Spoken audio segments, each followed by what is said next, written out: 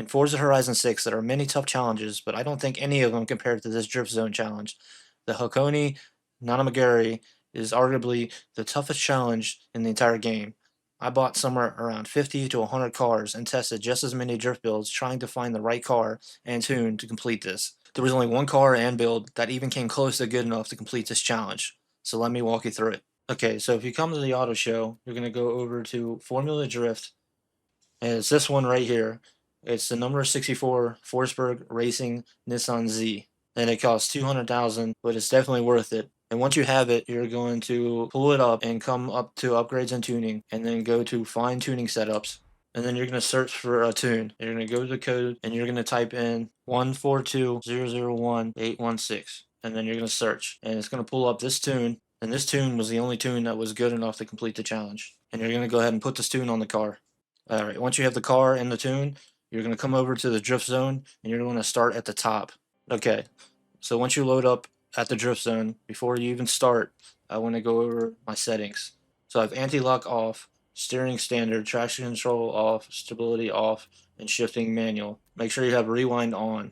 And I don't know if launch control affects it or not, but I turned it off. Okay, so a vital part to this drift zone is being in manual.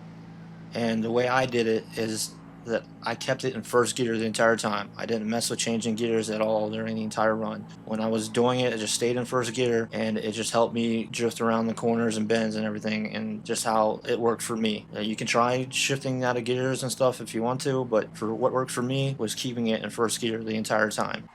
Okay, so as you start this drift, the key aspects are you're going to want to try to get the car sideways as much as possible without the car rear end coming out in front of you and spinning out.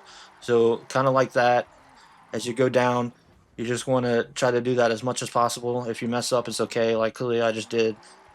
You just rewind and keep rewinding until you get to a part where you go through it and it's satisfactory to what you want to do. But yeah, you want to make sure the car spins as much sideways as you can without spinning out, just like that. And that involves just feathering the gas back and forth, as much as you need, but not too much, and as light as you need without the car coming to a stop. So you want to feather it back and forth, and you can use the handbrake if you're going a little bit too fast, kind of slow you down a little bit. Sometimes when I was going down these bends, sometimes I had to hit the handbrake a little bit just so it would slow me down so I wouldn't like fly off the track, or if I just needed to slow down a little bit.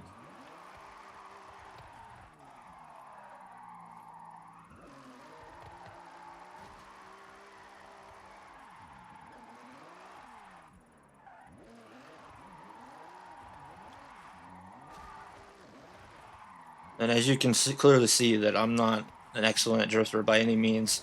I made um, I made tons of mistakes, but it's not necessary. You don't have to do this run perfect to be able to get it complete.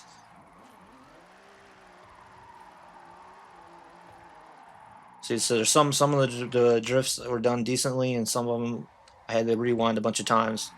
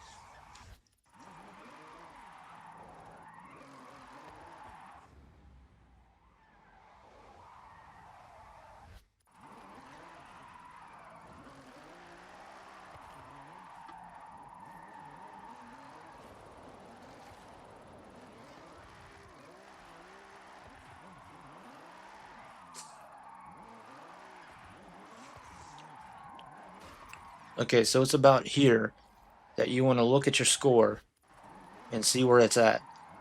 Now, if you're not at least 290,000 points, you're going to have a really hard time trying to complete it. Just as like I am doing right now, I know that I'm right at the threshold for being able to complete it. So I'm trying to rewind it and make sure that I'm getting it good enough where I know that I'm going to get the score, because from here to the finish it's a very thin line between being able to complete it or not. So you need to be at least 290,000 right here.